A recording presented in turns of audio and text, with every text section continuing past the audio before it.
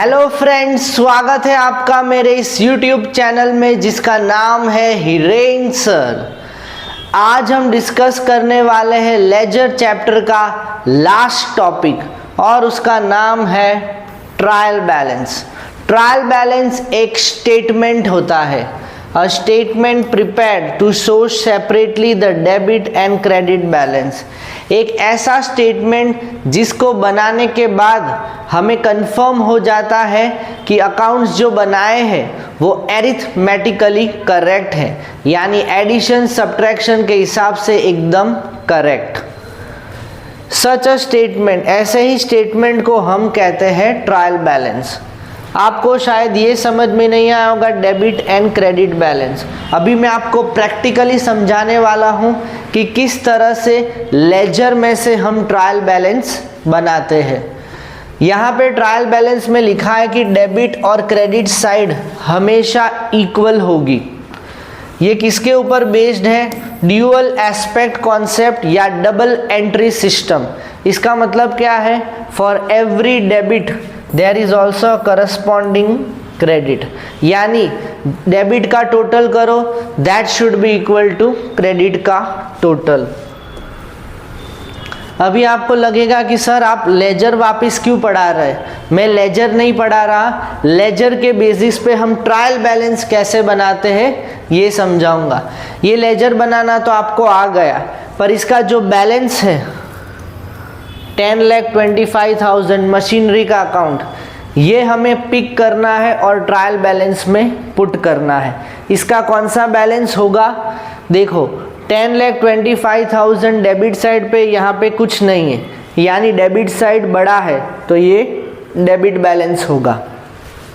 Next, furniture में भी debit side पे 2,50,000, ये तो हमने बैलेंस लिखा है, क्रेडिट साइड पे कुछ नहीं है। Debit side is greater than credit balance, therefore ये भी डेबिट बैलेंस ही है। तो ये दोनों डेबिट बैलेंस हम ट्रायल बैलेंस में लिखने वाले हैं। ये रहा डेबिट साइड, ये रहा क्रेडिट साइड। ये है ट्रायल बैलेंस जिसमें हम अलग अलग अकाउंट्स के नाम लिखेंगे। क्योंकि मशीनरी डेबिट पे था इसीलिए हमें डेबिट के कॉलम में लिखना है, फर्नीचर भी डेबिट पे था इसीलिए हमने डेबिट पे लिखा है। अगर कोई क्रेडिट का होता तो हम क्रेडिट साइड लिखते, जैसे कैपिटल। क्योंकि मुझे ये बैलेंस करना था ट्रायल बैलेंस, इसीलिए मैंने कैपिटल अपने तरफ से लिखा है 12,75,000। हर बार डेबिट और क्रेडिट का टोटल सेम ही आना चाहिए, तभी trial balance shows the arithmetical accuracy of the accounts prepared so far। अभी तक हमने जो भी अकाउंट्स बनाए वो एकदम एरिथमेटिकली करेक्ट है।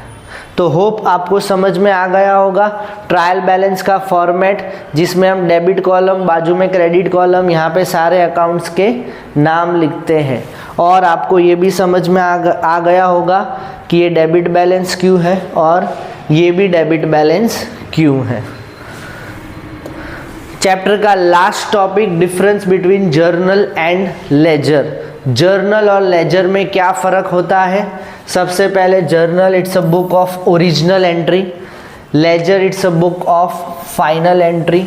जर्नल में हम एंट्रीज करते हैं सोर्स डॉक्यूमेंट्स यानी वाउचर्स के हिसाब से, तो लेजर में हम एंट्रीज करते हैं based on journal. Journal book में हमने जो एंट्रीज की होती है उसके बेस पे हम लेजर बनाते हैं।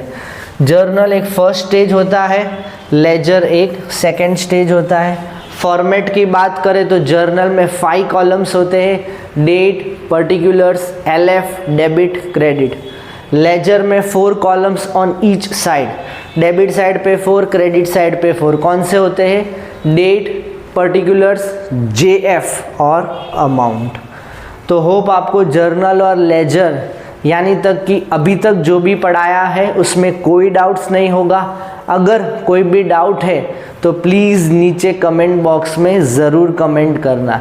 नेक्स्ट वीडियो में बनाने वाला हूँ लेजर इन 1 शॉट, उसके बाद हम स्टार्ट करने वाले हैं कैश बुक।